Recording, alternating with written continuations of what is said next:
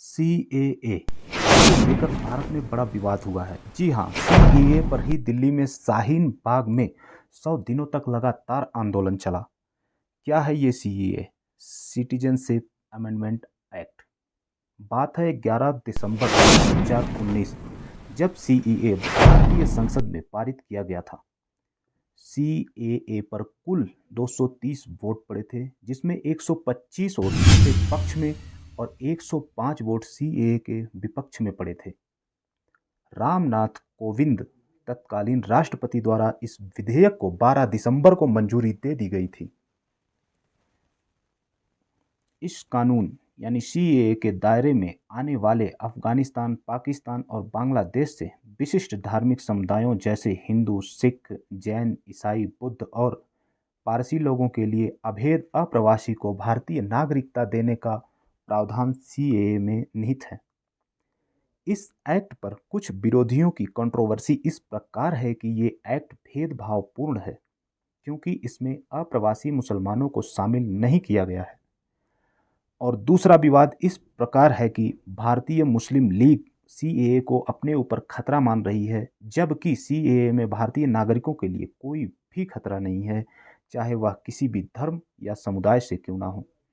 गृह मंत्री अमित शाह ने सीएए पर संसद में बताया कि बांग्लादेश, पाकिस्तान और अफगानिस्तान से ये मुस्लिम बहुसंख्यक देश हैं, जिसमें वहाँ धर्म के नाम पर मुस्लिमों का उत्पीड़न नहीं होता, जबकि इन देशों में हिंदुओं समेत अन्य समुदायों के धर्म के नाम पर उत्पीड़न होता है। यही कारण है कि उन देशों के मुस्लिम समुदाय को सीएए के शामिल नहीं किया गया है। इसके बावजूद भी वो भी भारतीय नागरिकता के लिए आवेदन कर सकते हैं, जिस पर सरकार विचार कर फैसला लेगी। अब सवाल है, भारतीय नागरिकता किसे मिलेगी?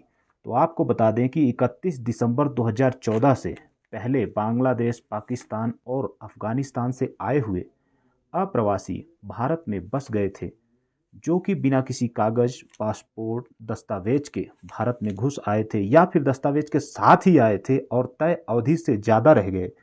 सीएए के तहत इन्हें अवैध प्रवासी माना गया है। इन्हें ही भारतीय नागरिकता मिलेगी। इंडिया की नागरिकता मिलती कैसे है? Number 1, by birth in India, मतलब इंडिया में आपका अगर जन्म हुआ है तब तो आप इंडिया के नागरिक हैं। नंबर 2, बाय डिसेंट, यानी आपके पूर्वज कभी इंडिया के नागरिक रहे हों तब तो आपको इंडिया की नागरिकता मिल जाएगी।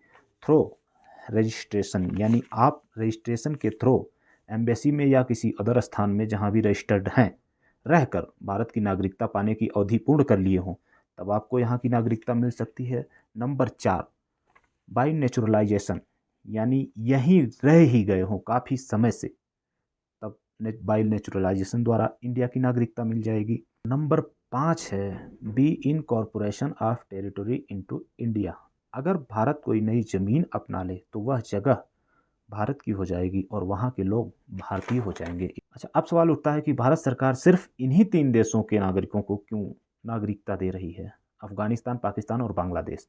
तो कारण ये है, आप यहाँ से समझिए, रेशियो देखिए, ratio of religion in this 3 countries.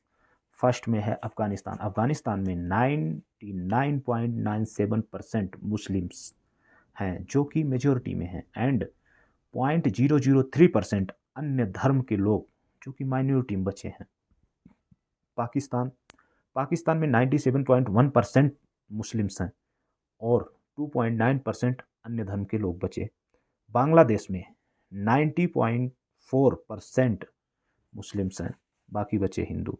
ये यूएन ह्यूमन राइट्स कमीशन तक भी प्रूफ गया है कि इन देशों में जहां हिंदू व नॉन मुस्लिम धर्म की माइनॉरिटी है, वहां इनका शोषण हो रहा है।